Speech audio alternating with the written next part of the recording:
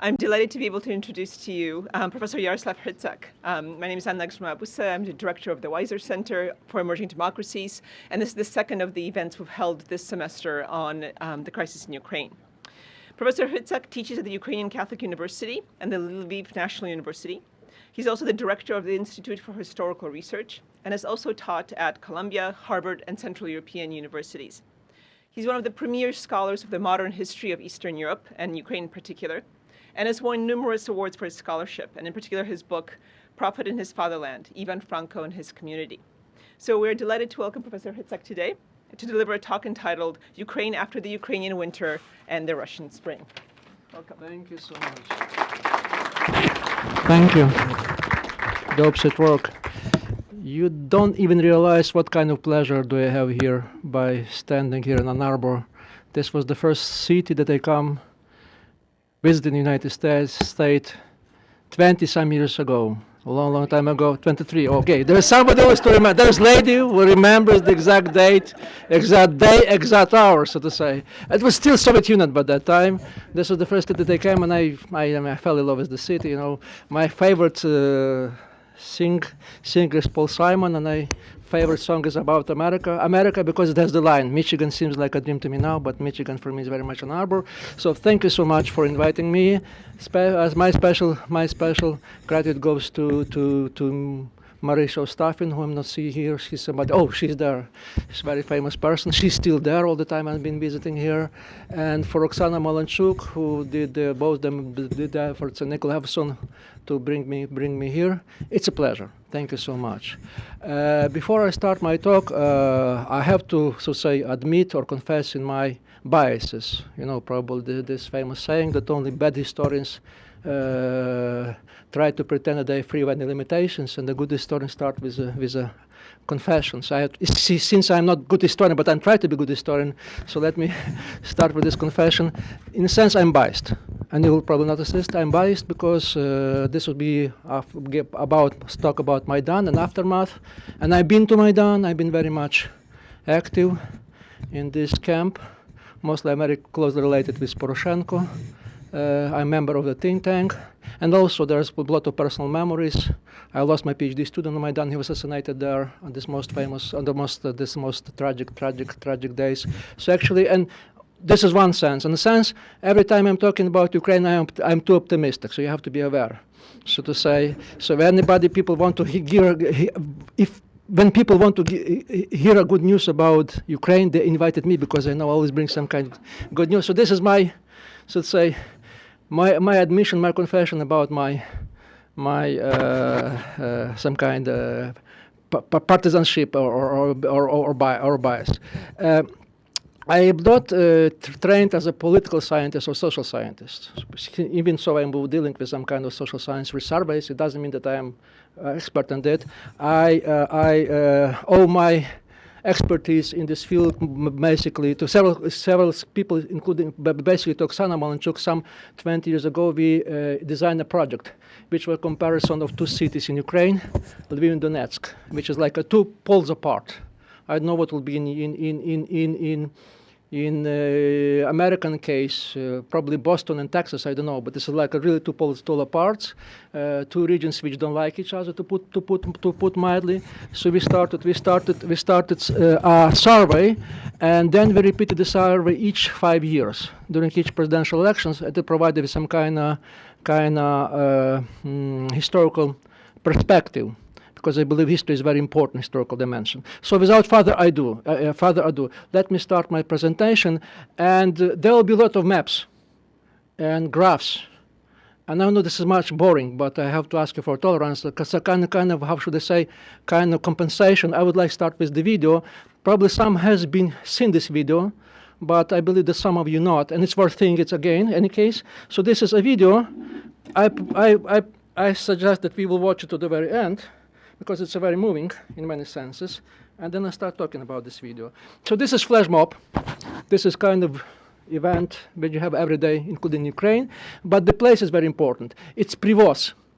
Some who are aware with the East European realities, is one of the places of the memory. Privoz is the central market in Odessa, and Odessa has a very specific attitude, say it is world apart, which means it's very south, with very mild humor and very pragmatic.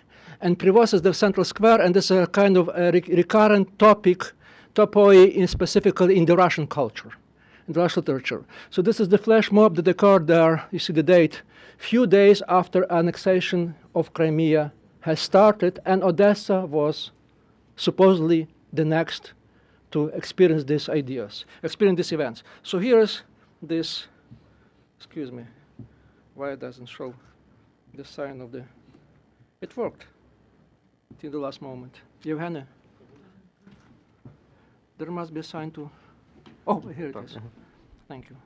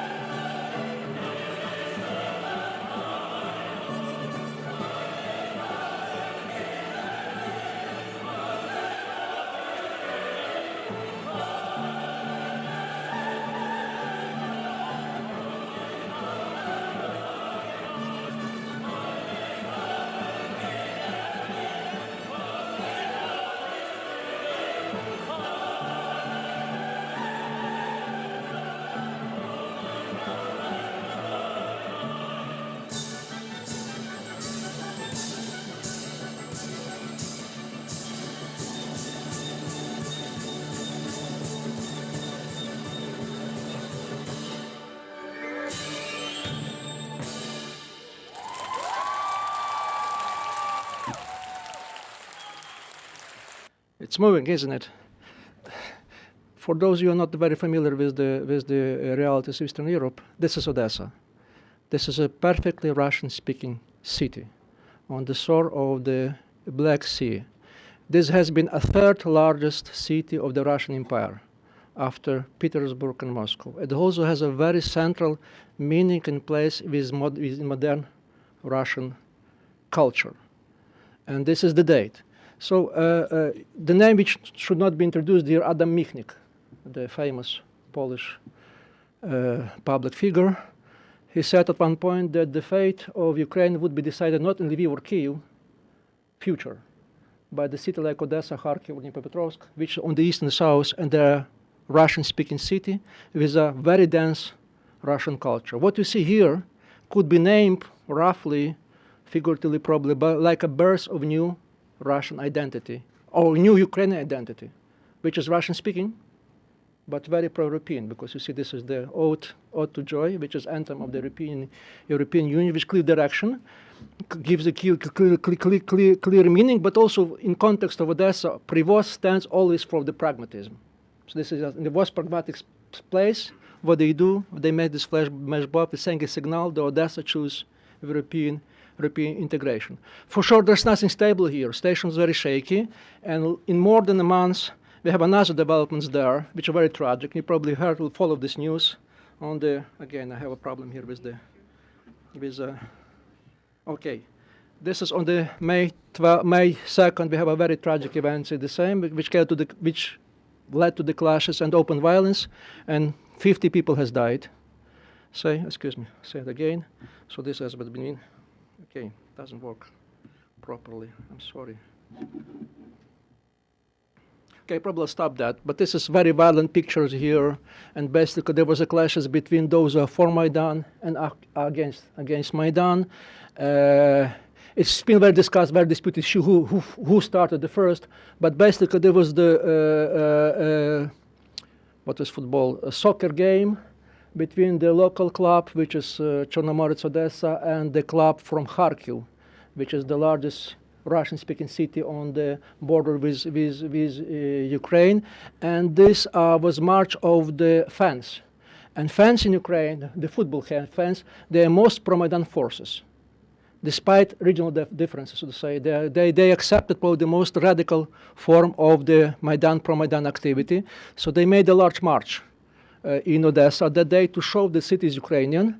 They were attacked by the anti-Maidan forces, also people Molday age, but the difference will be that those who anti-Maidan started shoot at them using pistol, revolver, and automats, and several people were being killed among these fans, and they took revenge. And the revenge was very heavy. They attacked the main camp of this anti-Maidan forces, and quite as nobody could expect, there's fire started, and within this fire died approximately 50 people from the other side. So big tragedy. Each side keep blaming each other. So actually, it's not just nice pictures. There's a war in Ukraine going on, and those cities, they are main theater of the war, military actions, so to say, in these connections.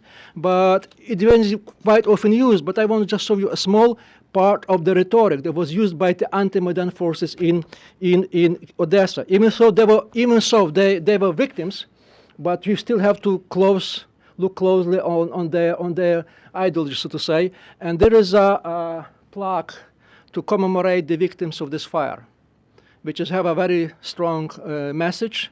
It's a pro-Russian, it's anti-Ukrainian, and has the list of main enemies of those who main anti-Maidan. You see, started with Hitler, Bandera, and all the all the nowadays leaders of Ukraine, including Poroshenko, Yatsenyuk, and other things. But one thing, this conscription, everyone there is listed as a Jew, as a kike.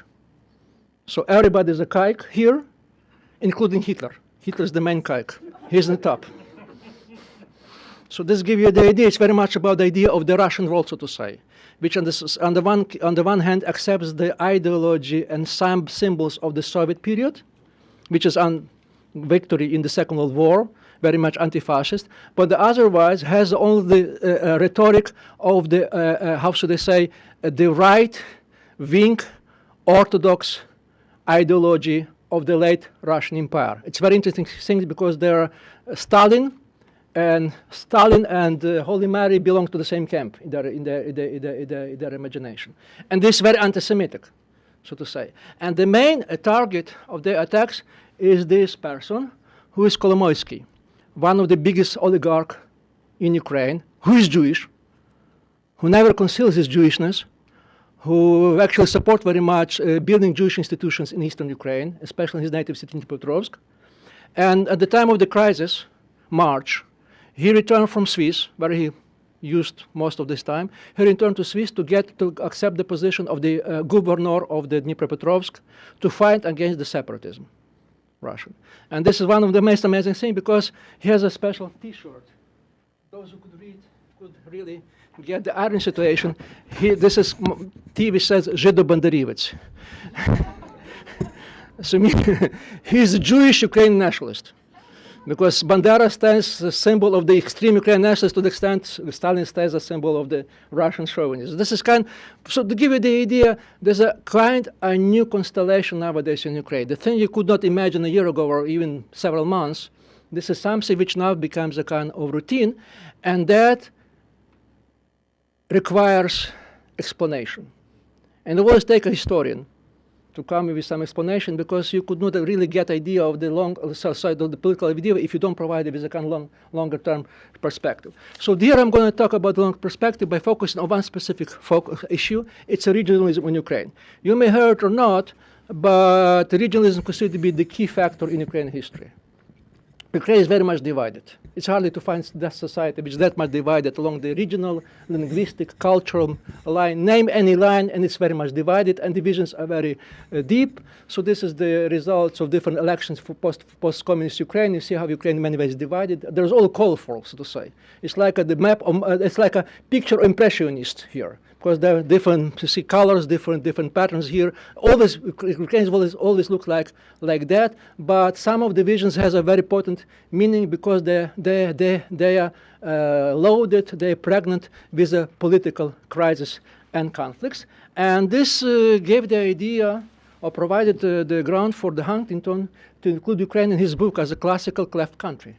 Because it basically says that what is about, if you're talking about the clash of civilization, says Ukraine is exactly the case. When you could meet this class civilization, when you have the classic west, dark color, which is west of Ukraine, which is Ukrainian speaking, which is very much pro-Western, very much anti-communist, and very much nationalist, and Russian speaking east, which is in white color, which is very much industrialized, very much Sovietized, and very much pro-Russian.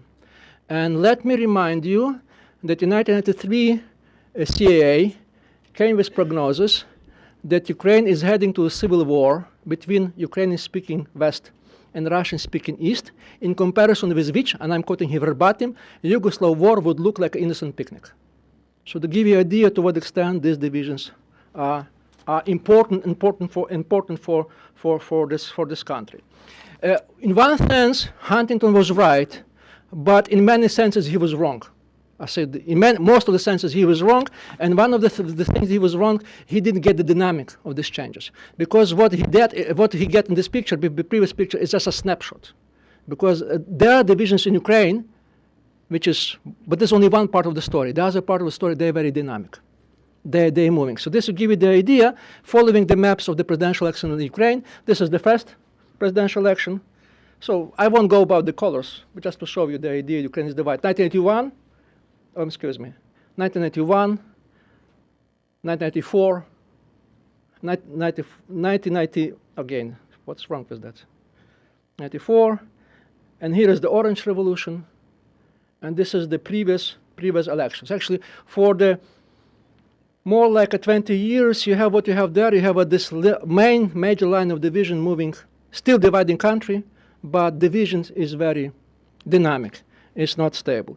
And this is the last presidential elections after the Orange Revolution, and the one in which Poroshenko has won, and it was nation-slide victory. And now you could see to what extent we have a kind of very different picture.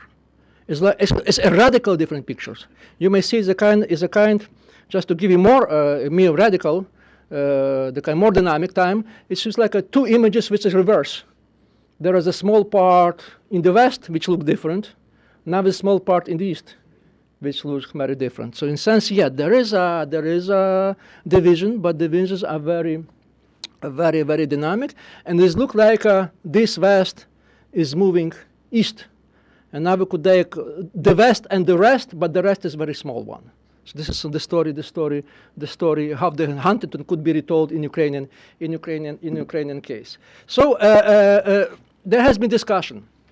What stands at the core of these recent developments, whether they are contingent or lasting, and basically there are three explanations.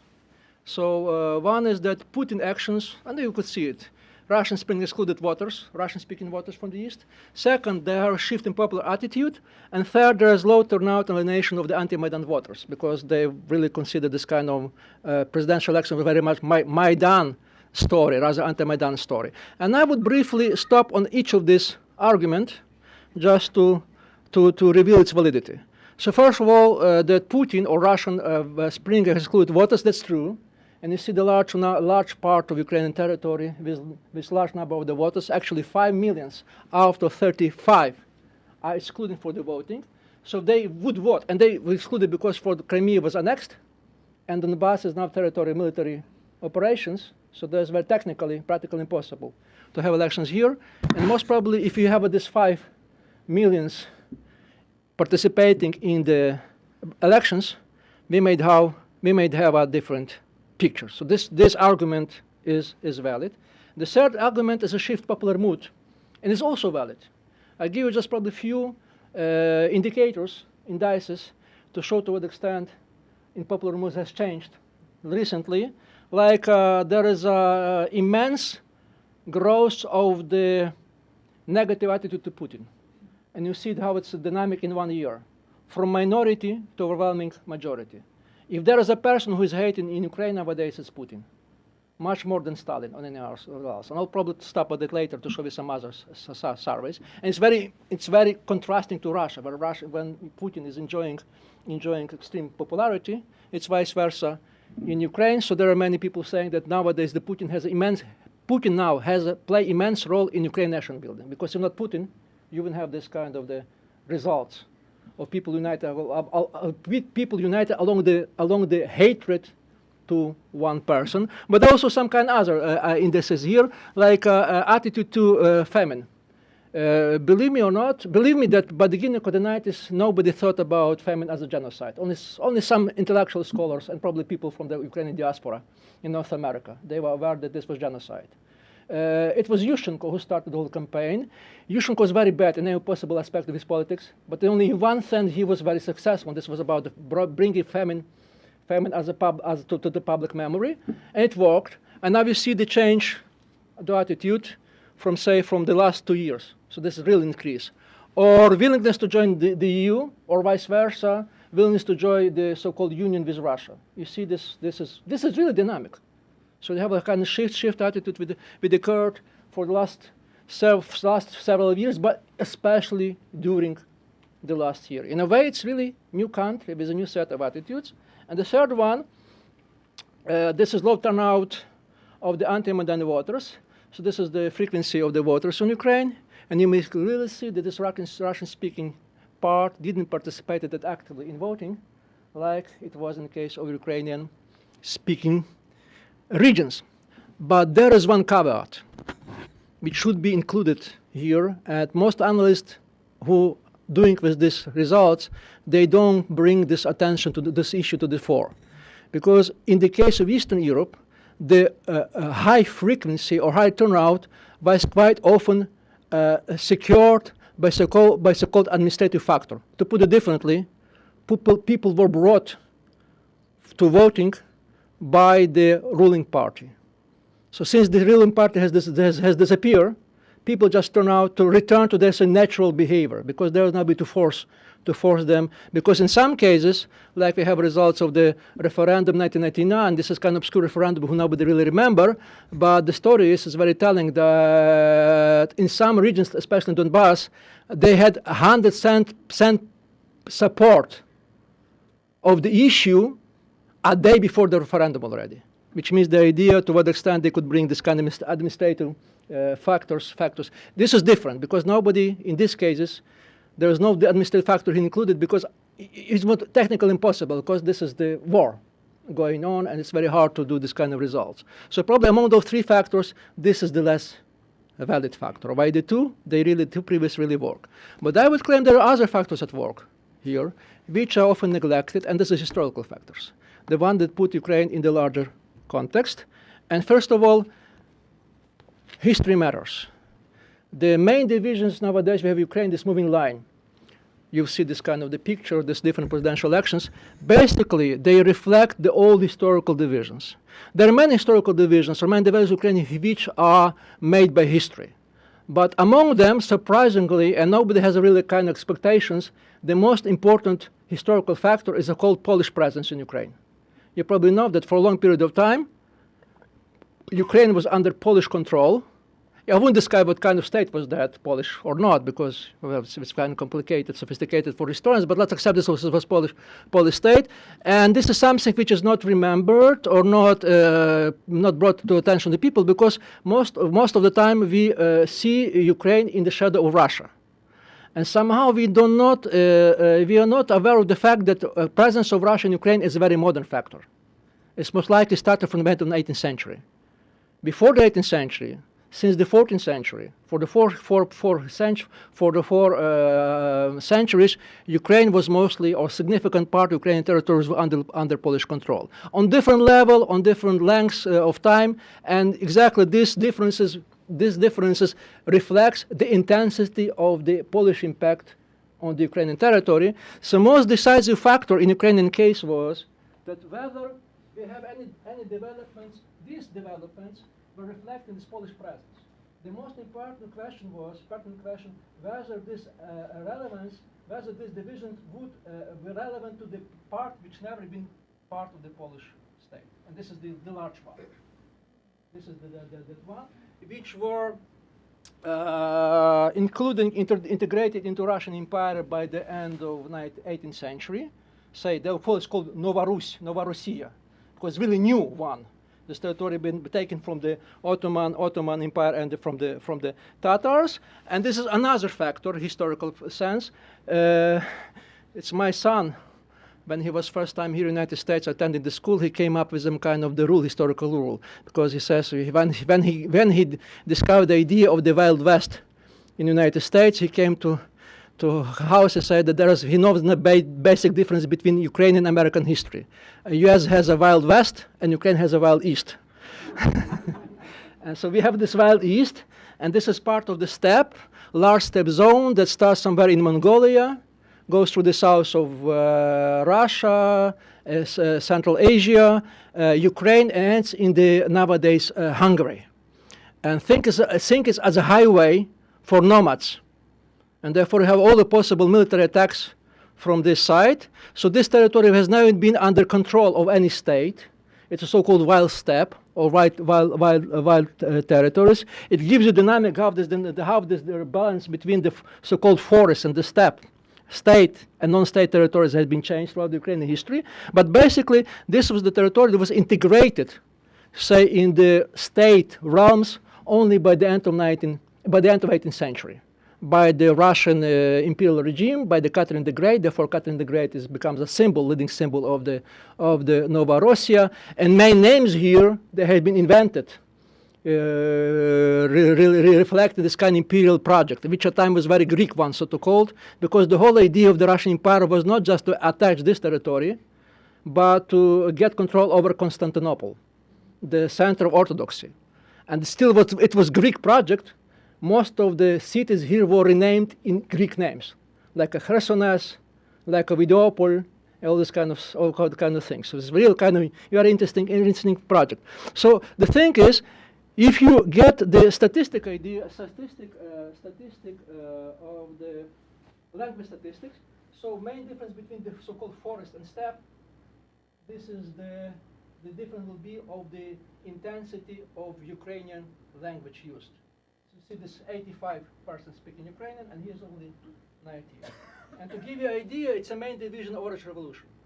This is the Yushchenko camp. This is Yanukovych camp. So what I'm saying here, those divisions we consider as a kind of really recent ones, they are not.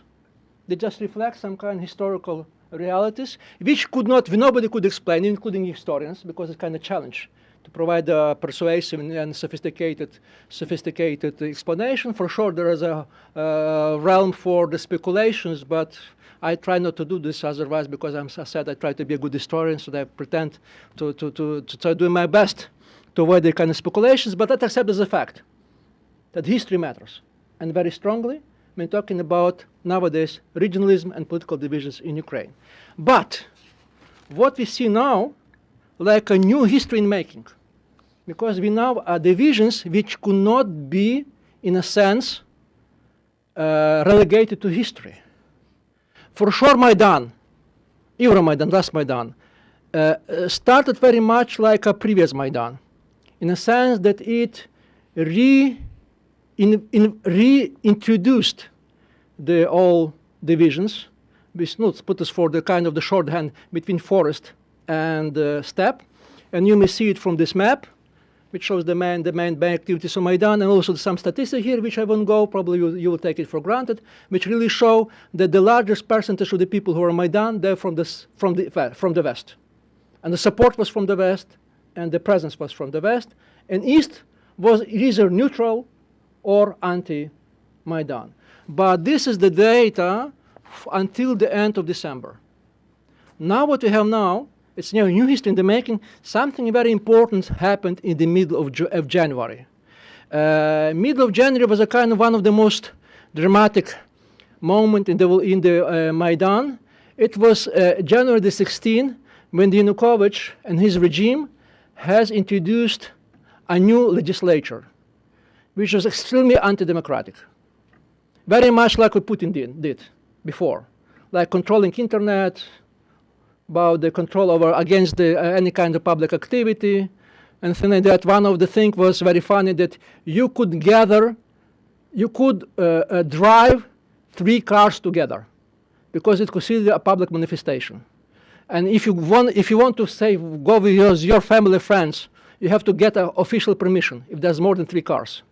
So this is kind of whole flash mob at the time, the people going to sauna, and they were filing mass applications to go to a sauna because there's a huge company. But the thing is, it was very much dragon-like laws, which was aiming against any kind of public activity, and it really made a change. It brought so mass protest over Ukraine, first starting in the West, and people were seizing the local administrations, starting in the West. And in some point until the 20s, last decade of January, whole West was taken by control by the Maidan supporting people. So this was still very much like this forest, Huntington's kind division. But then something happened in those 2 cities, which is the industrial core of the eastern Ukraine, and which are totally, perfectly Russian-speaking. The city is Dnipropetrovsk and Zaporozhye. In Zaporozhye, on the 20th of January, there was a mass manifestation in which 10,000 people has participated, which is immense. It's without precedence. They never had such a large, any kind of public actions. It was violently repressed. There was a lot of bloodshed. People were arrested. People were beaten. But president was sent. In the core of the Russian-speaking territory, quite of a sudden, you have a mass protest against Yanukovych, which is something which already showed that probably there will have emerging new political divisions in Ukraine. And then, later on, we will see there were some kind of studies done, surveys, which some kind of reiterated or supported that most probably we are now facing a new divisions in Ukraine. And this is the survey which has a question whether Ukraine and Russia should be united country. And say more is red, the more red is color, the larger support. And now you see clearly that this, what is called East and South, it falls apart, because a very different way of support. And most interestingly for me, and I will try to elaborate later, was this kind of division between that part, which is now the Donbass, with very strong support for unification, and that part, which is industrial core of Ukraine, and which has a Kharkiv and Dnipropetrovsk, two very important cities in eastern Ukraine. Just to give you an idea to what extent they are different, or put this a bit differently. I'm sorry, I'm quite nervous. I keep skipping some parts. I would claim that this is now the most divisive line in Ukrainian case. This is quite new. That's been brought by the Euromaidan and the recent development. And while we're dealing with Oksana, recently we're dealing with Lviv and Donetsk as the two opposite poles. I would claim that there are new two opposite poles nowadays. It's Dnipropetrovsk and Donetsk. And they're a neighboring city. It's very interesting. And just to give you an idea, I would like to show you another two clips. So this is Donbass story.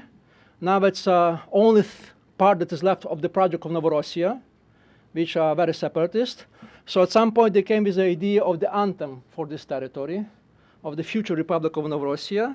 And this has been, for sure, recorded and translated and how is the word is mediated from the Russian TV.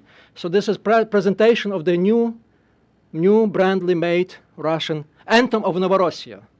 Again, I need to find out the place. Right, okay. May I? It's opening by the...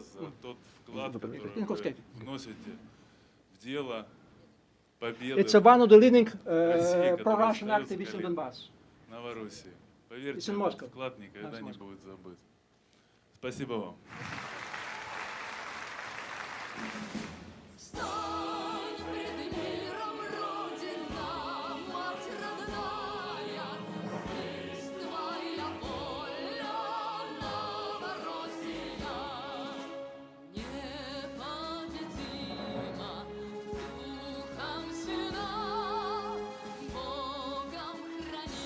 You may not follow the words, were not important. Look at the body language.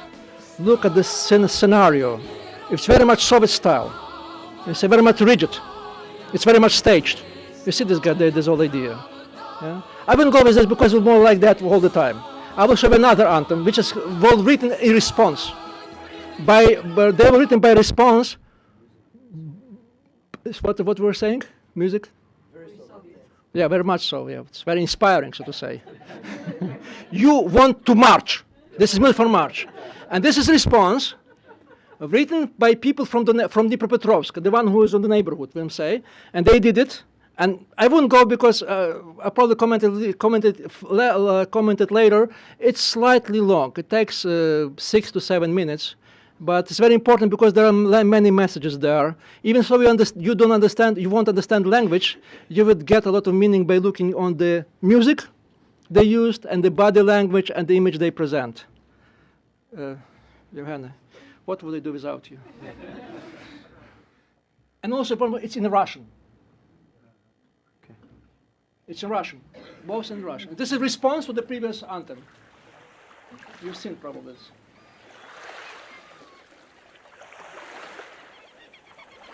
Ukrainian symbol.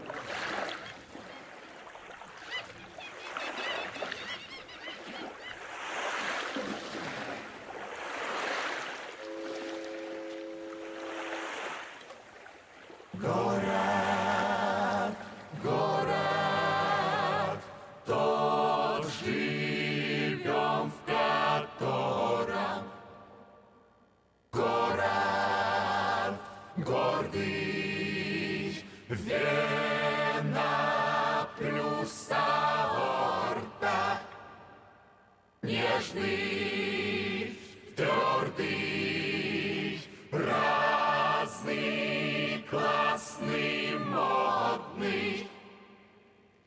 Этот город помощью стал скорой всей большой стране. Детка, это Днепр. Детка, это Днепр.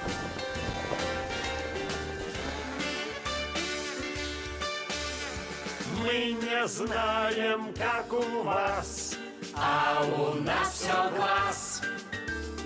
Там вон Киев! Дальше Львов. Ну а там Донбасс. Просто карта так легла В непростой игре. Просто Родина пришла. В город на Днепре. Город, город, где растят укропы, сухим держат порох. Дерзкий, губернский, детка, это Днепр.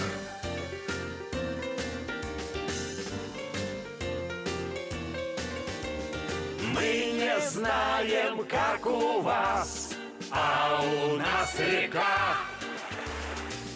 Преспен, Славутич! Днепр. Моет нас река. И отмыто. Ого-го! Да и смылось! Ты, милый город, заслужил. Время чистоты. Город, город, Где есть деньги, но дороже денег договоры. город, клевый. Детка, это Днепр. Мы не знаем, как у вас, а у нас южмаш. Посмотрите! Вон летит! Точно, это наш. Скрылся, милый. За Урал! Видит Бог сейчас. Сатана там правит бал. Но чертеж у нас! Мы не знаем, как у вас, а у нас футбол. Здесь на каждый сотый пас забивают гол. В мире не было и нет, и не будет никогда команды лучше, чем наш Днепр.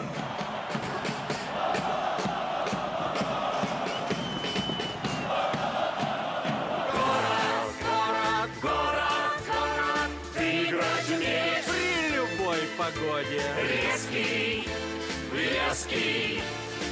Детка, это Днепр. Мы не знаем, сколько вас. Нас миллион. Боюсь, что плюс-минус. Где-то так. Думаю, что плюс. Каждый со своим лицом. Я вот со своим. Город наш, наш общий дом. Наш четвертый Рим.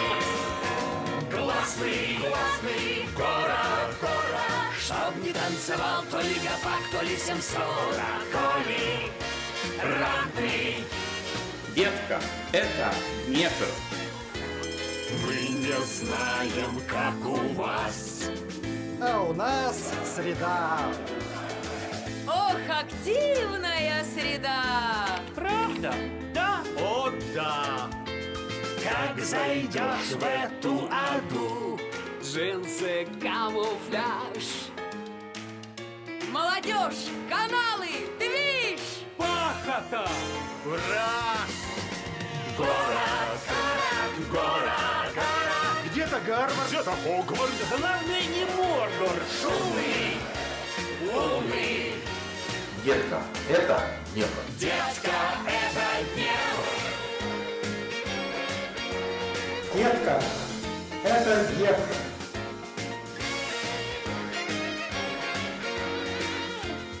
Детка, это Днепр. Детка, это Днепр! Детка, это Днепр! Детка, это Днепр. Детка, это Днепр!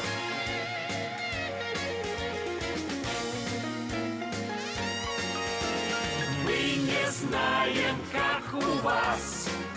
Расскажите нам, Чем живете? как дела? Мы ж одна страна. Чем помочь вам, если шо? В этот бурный век. Днепр наш, ребята. Наш. Но Днепр помнит всех.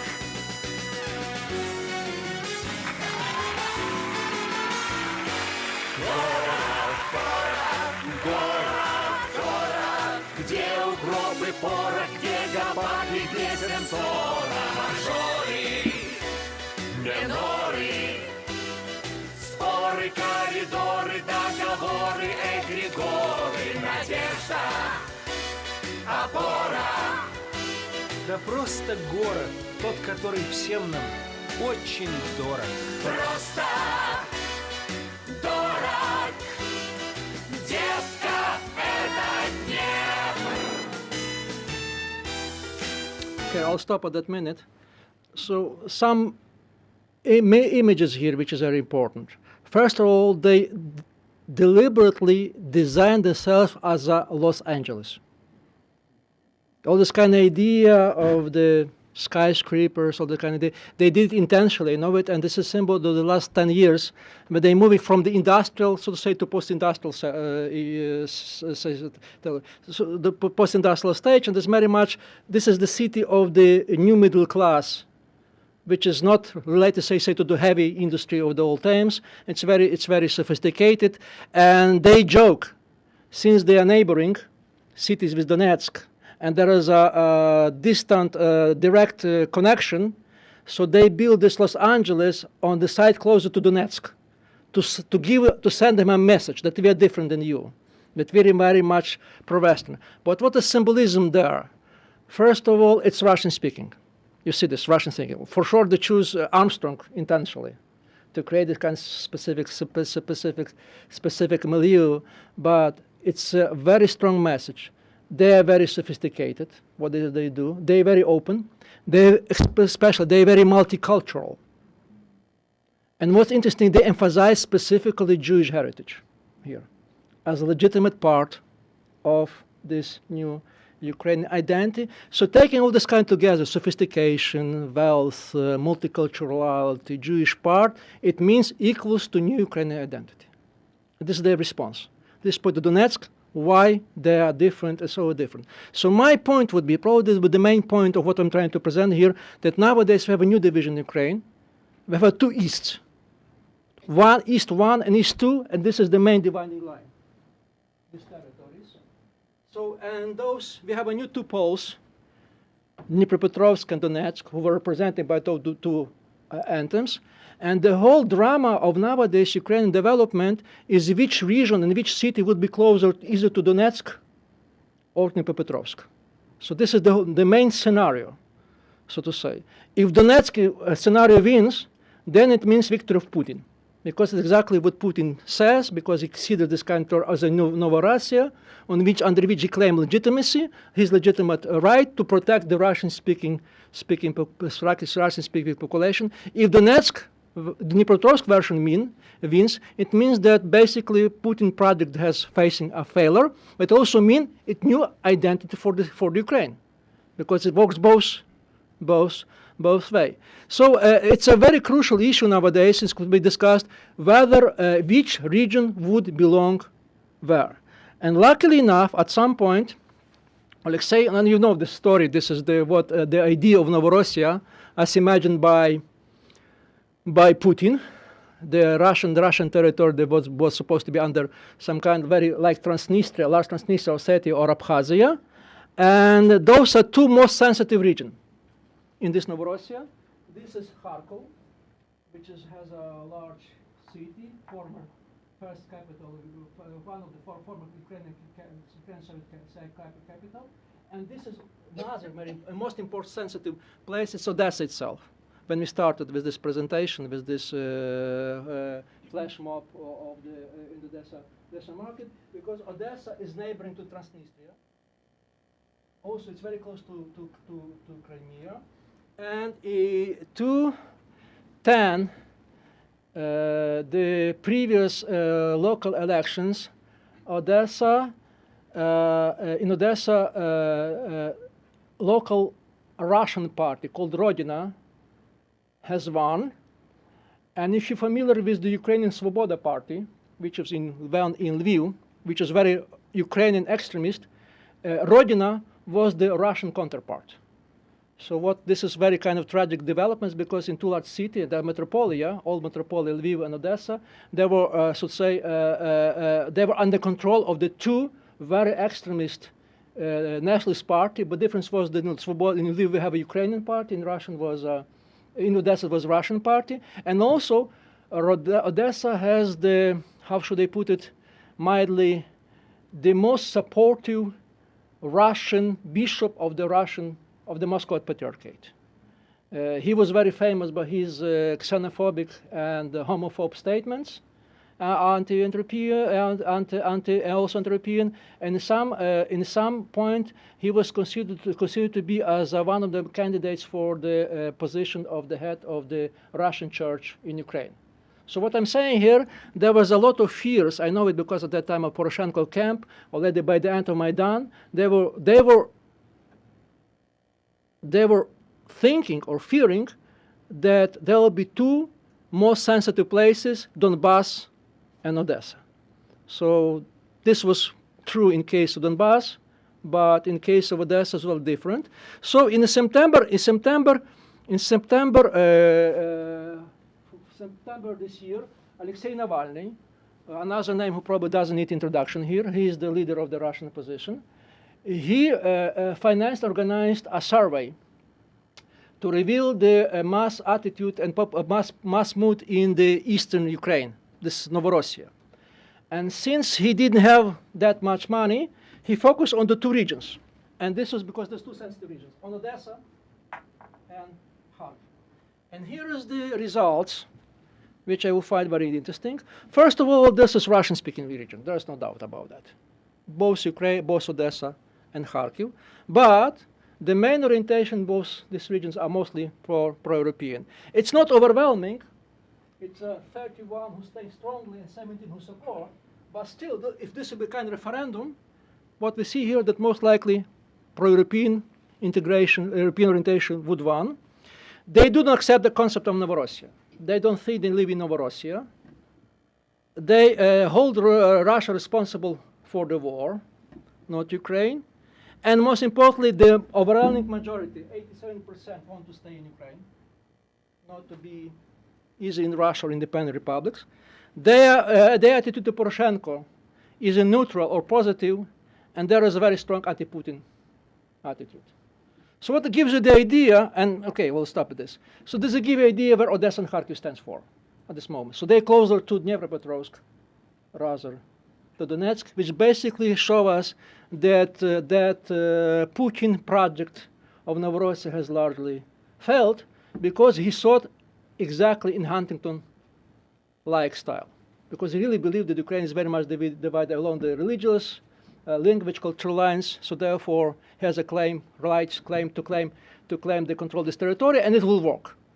So his idea that once he will enter into Crimea, he will be welcomed by flowers by the Russian speakers from all the territories. It didn't happen. And there's another survey made more or less the same time in Odessa, which also showed Odessa that Putin lost Odessa. It's very strong anti-Putin sentiment. So, so far so good. We don't see this kind of the Novorossiya work in the project. And I would say that one explanation is what is not taken into account, because we historians, social scientists, political scientists, we focus too much on identities. We focus too much on identities. We focus on much who would feel themselves Ukrainians or Russians, who is Russian speakers, Ukrainian speaker, and things like that. We calculate it very sophisticatedly, and sometimes we get very interesting results. But still, I believe we're missing the point. Because now divisions in Ukraine, we have a new kind of divisions. Those no divisions very much language or cultural. We have a new line, and this is mostly generational, educational, which in a sense coincides because you may know it or not, the Ukraine is now in the top 10 countries in the world. We have the largest rate of the young people who are attending universities, in percentage, I mean, per capita. So Ukraine is very much now it seems like university education is becoming a norm nowadays in Ukraine. And just to give you the idea, this is the map of the user of internet.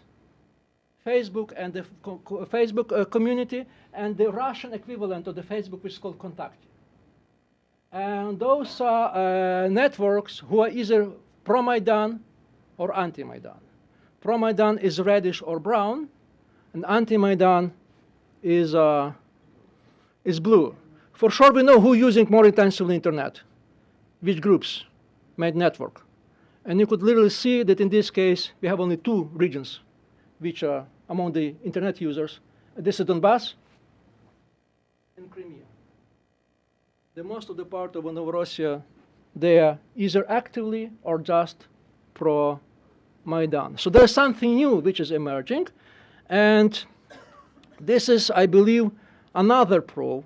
This is the map which you may know or not, but which was designed here in this university by Ron Engelhardt, his famous study of all value survey, in which he shows that basically what you have here, it's kind of complicated to explain, but what's important here is that you have a map, so-called civilization map of the world, which has this axis from the survival values to self-expression values, to say.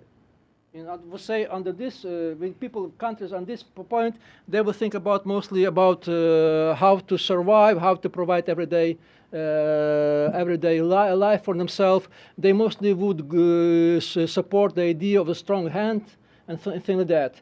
And this is the self-expression values, where people care mostly about ecology, color of their hair, or whatever thing have to express themselves. So the whole idea of the Ron Engelhardt and the interpretation is that once you have a shift from survival to self-expression, you may expect a strong shift to democratization. Under such circumstances, authoritarian regime doesn't have chances to stand for a while. Once it happens, you may expect changes. If you compare position of Ukraine and Russia, this is before the Orange Revolution. This is few years after the Ukrainian Orange Revolution. So what you see here in the Russian case, there is practically no changes. Russia is very much centered along the survival issues. Even though Russia is doing better in economic terms, people prefer to choose survival issues. While in Ukrainian case, you have a significant shift from, where is that, Ukraine here position to that position. So there is a shift. And theory holds that more often than not, those are two groups that are responsible for this shift. Middle class, but more specifically young generation. Once you have a young generation, you may expect this kind of shift. So what I'm trying to say here, that we have a kind of new reality emerging in Ukraine, something that has to be taken into account seriously. And this generation, this concerns very much, this reflects very much the idea, the emergence of the new generation. Ukraine, people of the age between 18 and 25, who they call them the peers of the independence because they were born few years or after the collapse of the Soviet Union. They don't remember Soviet times. They not have nostalgia for the Soviet times. They're very educated, as I mentioned. They're very digitalized, so to say. And this is something I would claim, probably because of this discussion, that nowadays Ukraine facing something which could be called a generational gap. To some extent, if you want some kind of historical comparison, think about the 60s in the West. This generational gap, what we know in Ukraine, and to a large extent, what happened in Maidan, which was their revolution. They're also responsible for these changes within Kharkiv, Donetsk, Dnipropetrovsk, because without that, it will be hardly imaginable, so to say. So to conclude, for sure, we have a new political geography, which has both contingent and lasting causes. And there's probably nothing really surprising here, because it always worked that way. And for sure there is but what is interesting in here, that what we have probably for the first time, have a clear and persuasive proofs that east of Ukraine does not exist as a homogeneous entity. as well as the Russian-speaking community. It's very much divided. Now there's the main division not between Ukrainian speakers and Russian speakers, there's divide between Russian speakers group. Those are supporting European integration, those against European integration. And as I said, there's a new dimension, which is age education status rather than language in the region. We don't know to what extent this will be lasting tendencies, because it takes time. Whether they'll be solidified or even ossified, because they're quite new, there's tendencies probably just for a few years. But there is a chance, there is a chance of the emergence of what we call a third Ukraine. The third Ukraine which goes beyond the Huntington division between East and West. This is a project that's also been starting to be articulated by the end of Yushchenko in 2008-2009, when it's because obvious that Orange Revolution has failed. And opposition, but not probably opposition, public intellectuals, leaders was looking for some alternative, and they came to the idea that this whole Ukrainian identity has to be renegotiated, so to say, redesigned. And they thought probably that the main symbol of this new identity would be not Lviv, Western Ukraine, or Donetsk, Eastern Ukraine, but Kyiv, as our colleague and mentor Roman Shpuluk put once, that Kyiv is probably stands for the symbol of Ukrainian identity because it speaks very much like Donetsk, but vote like people in Lviv. So this is a kind of hybrid identity. And now there is a new center of this hybrid identity because nowadays Kyiv is even more nationalistic than Lviv. You probably know the notice that during the last elections, the whole nationalist leader who has been elected to the new parliament, they come not from Lviv, they come from Kyiv. So what is the role of the Kyiv, this kind of center for hybrid community, goes to Dnipropetrovsk, which is probably the most interesting city. So if you want to see Ukrainian, what was going on in Ukraine, you have to look closer, specifically the city, because the city has a very much potential to redefinition of Ukrainian identity. Thank you so much.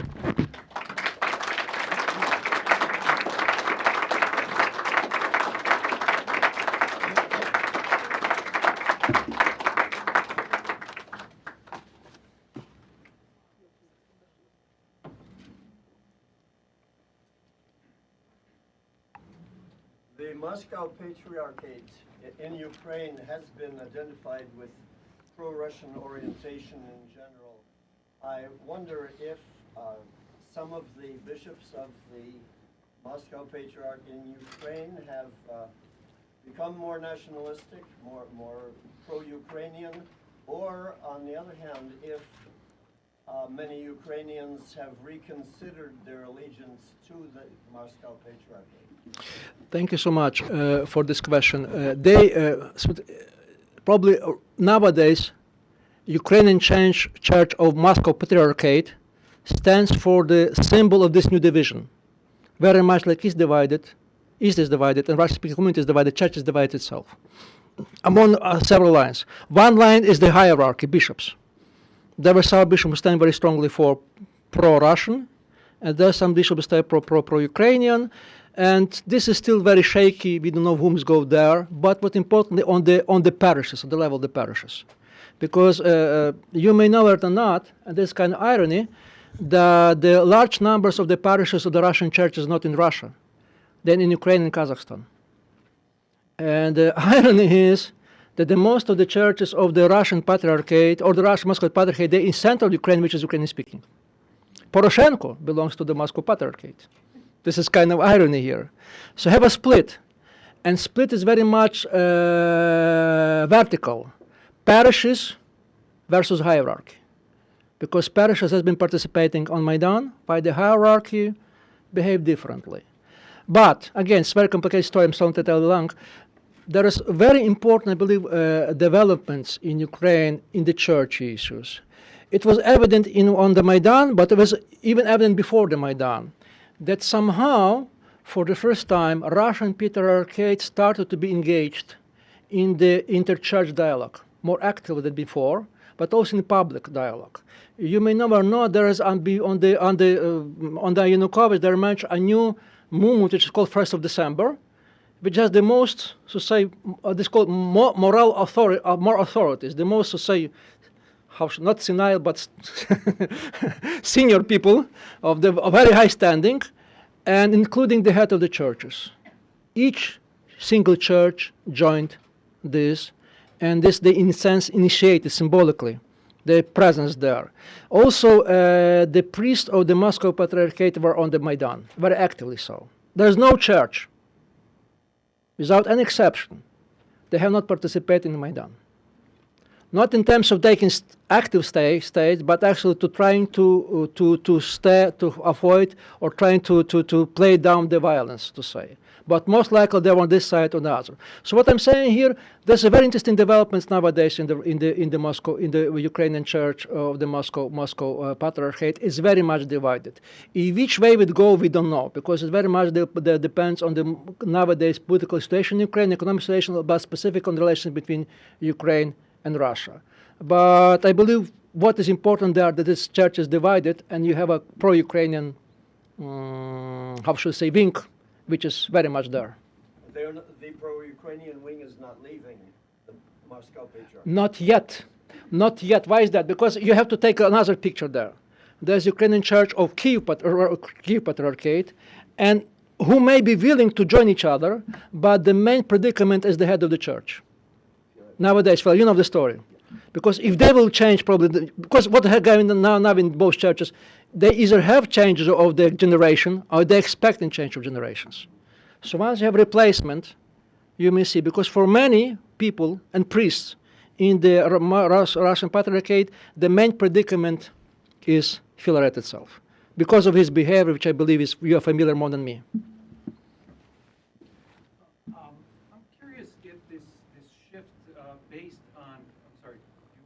Okay. On age, education, along that dimension, it would seem that if you strip away Putin's invasion and the current kind of neo-imperialist propaganda, but that you potentially have that kind of generational change in Russia itself, at least in urban Russia, or would you say that's not the case? That's a different. Thank you for the question. Because I discussed this question with the Russian socialists, social scientists. They said, yes, we have the same phenomenon, but this is mostly Moscow and St. Petersburg phenomenon. Or not even the Siberian cities? Like they say this doesn't work in Novosibirsk or other city. It doesn't work in Kazan. That they told me. So we're talking Bolotna Street, Bolotna Square protest is very much phenomenon of this generation. On all sides, it's not generation. They participate, but even following the one of the article in Novaya Gazeta, which I don't remember the author, but it could be really Googled, which basically says that even Bolotna Street was the protest of the older generation. That younger generation was made minority. My point is here that why in Russian case is very much regionalized, this kind of young generation gap. In Ukraine is rather on national scale. Because it happens in each large city, from Lviv to Kharkiv. You can ask about the current state of affairs. In your internet map where you showed the blue dots and the red dots, there's one glaring city there, and the current war is pretty much along the border between the blue and the red dots, with one exception, Mariupol. Yeah. And with Mariupol still being blue, can you say something about what its impact is going to be on where we will be 2 years from now? I'm not. Historians are very bad prophet, you know. Could you tell us something about Mariupol, though, as a city? This is now one of the most crucial city of the crucial importance, Mariupol, because it stands on the shore. The city belongs to Donbass, but doesn't belong to the Donbass National People Republic. And for the Donetsk National Republic, it's an issue of survival to get access to the sea. Because they got the provisions, all the kind of stuff. So therefore, it's the most important now the front city, Mariupol. And there are a lot of attacks. It's target of the main attacks nowadays. The city is very much divided, so to say. This is a city, on the verge. It's a city very much polarized. You have a very strong pro-Ukrainian society there, which has large public manifestations. It's been shown on TV. They're very sincere about that. They support armies. very strongly on the other slides. But the other side, this reveals some kind of reality. And Mariupol is probably the biggest, how should I say, rozczarowanie. Disappointment of the Maidan, of the Poroshenko and the Budapest, because this is where opposition has won during the last elections. Everybody expected Mariupol would be on the other side. It's proved to be this. They proved they supported for the same. So this is the case which could not be, so to say, predicted, because it's depends on the circumstances which beyond the control of the city, so to say. Yes and no. No, that's different here. Mariupol doesn't belong to Akhmetov. Mariupol, correct me if I'm wrong, belongs to Taruta. And Taruta gave the clear-cut orders not to allow these people for the Donetsk to take control over his the factories, whatever it is, and they created so-called druzhiny, like voluntary units which kept away the separatist forces, so to say. But this is still very much fresh. It's not a history yet. It's political development. So it's hard to judge about the historical theory. But the Mariupol is probably now the most important city in Ukraine. How are you? Nice to see you. Yes. I was interested in what you had to say about Dnepr controls, but I'm actually more interested on your take about Donetsk itself. I mean, from what you presented, you implied that Donetsk is perhaps lost, and even in the notion that the majority of the people there in Donetsk might be fundamentally pro-Russian, or at least different than the Dnepropetrovsk, right? So I wonder what your interpretation of looking forward in that region is. Is it lost, or has it been hijacked by a militant group, or is there legitimacy to their, they represent a separatist view? I believe nothing is lost. I mean, I'm not have a kind of fundamental predictions here. First of all, I'm sorry if I made the impression that Donetsk is a extremely pro-Russian and lost city. I'm talking about the nowadays circumstances. Now it looks like that, and I'll tell you why, because now it goes into the details. First of all, I know it from the security experts. They say that if you want to deal with regions like Donbass or Donetsk, you either do everything in the first 3 days, or you do nothing. Because the first 3 days, when this action could be localized and suppressed, nothing has been done from Kyiv. And this is a big enigma. Why did allow the developments go that way as it happened for a whole week without taking any stance? For sure, we could discuss this with surprise in case of Crimea. But they knew what was going on, what was about to happen in Donetsk, and there's a lot of speculation why Turchinovich and Yuk didn't take any action with the first 3 days, first of all. So it provided some kind of space for these people in Dnipropetrovsk or Donetsk to organize themselves, take control of the city. Secondly, once the city,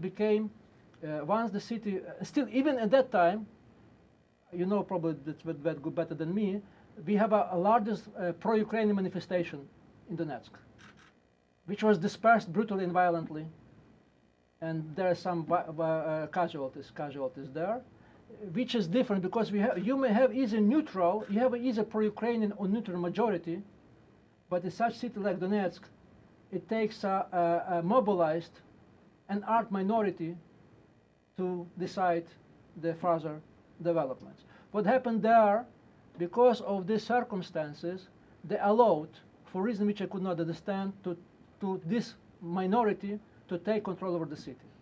Neither government nor Akhmetov haven't done anything. And what was the result? You have 6,000 people who left this region. If you would return the 6,100 people, probably the results will be different. Because what is left is this kind of minority, which is very much mobilized, which is there, because all others has left. Plus the older people who could not leave, and their family members who are supporting these older people. So this gives you the idea of the circumstances. And in this case, what you have a minority which keep control, not about all the, even not in the case of whole Donbass, but only of the part Donbass, which is the eastern and southern part, because northern and western are their control. So, sense is, in these circumstances, nobody knows what to do with this. Neither Poroshenko, nor I hope Putin, because it's beyond any control. Because if you look in this space, in this region, Donbass, it's also fragmented. Because there's not one republic, but two, Dnipropetrovsk, Donetsk and Lugansk. There are fractions within Donetsk. You know, there are rivalry and things like that. And what we now have now, this is what I've been heard, it looks like FSB trying to take control over this control by replacing the leaders who are too violent, who are not less control, so to say. So give us the idea. It's very hard to tackle with this region because it's very unpredictable, and therefore nobody knows what to do with this, because situations it's like an illness who are allowed to be developing too far. And nobody from the Ukrainian political elite is willing to concede Donbass. Intellectuals, yes. There are many talks about that. Said, let us go. Let it go. Many people in Western Ukraine, they're not happy that their kids are dying in Donetsk because it's not Ukrainian-speaking territory. But it's not the attitude of neither Poroshenko or Yatsenyuk, I could tell you for sure. But they are thinking what to do with this. For sure, under current condition, to get Donbass back would be good chance for Ukraine, given the pressure the Ukraine stands nowadays, economical, and political, and military. So the main should say, if I may finish with something, for me, the crucial issue is whether Ukraine will start with reforms in the country itself, but Donbass, and then the question on Donbass will be reframed differently. Yes, Donbass must return to Ukraine, but Ukraine might be different by that time. I'm sorry. But thank you so much. Thank you for